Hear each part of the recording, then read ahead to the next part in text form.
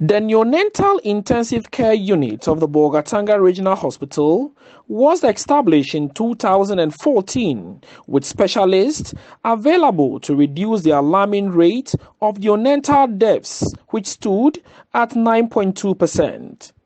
Aside from catering to newborn cases received in the region, the facility also provides care for babies from parts of the northern region, Upper West region, and neighboring Burkina Faso. Even though the hospital staff is willing to work, they are faced with the challenge of having woefully inadequate incubators.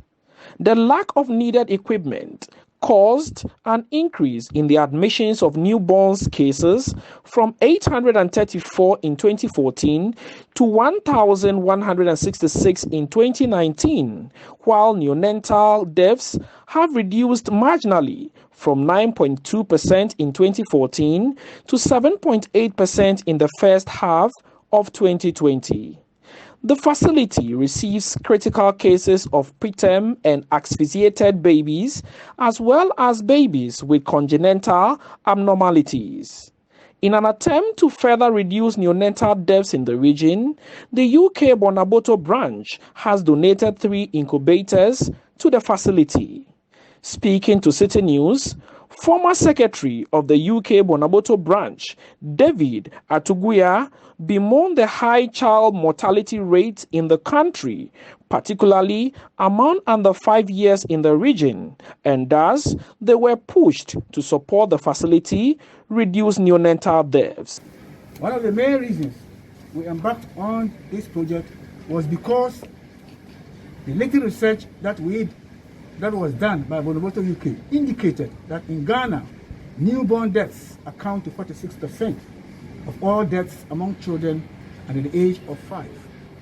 Premature birth is a leading cause of newborn death, with 1 in 7 babies born before 36 weeks of gestation.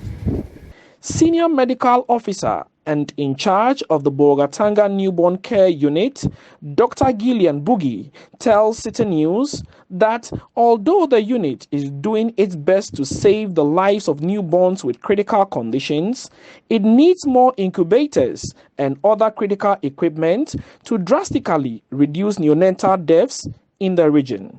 Currently, by kind courtesy of UNICEF, we have 2 functional CPAP machines, but at times you can have, because we receive from all over the region and even outside the region, at times we can have a situation where 5 babies are supposed to be put on a CPAP, but then you have only 2 CPAP machines. So what happens to the 3? Okay, so they are put on intranasal oxygen and then they are monitored. But we don't have enough monitors to actually monitor the babies, each baby. So ideally, each baby should be on a monitor.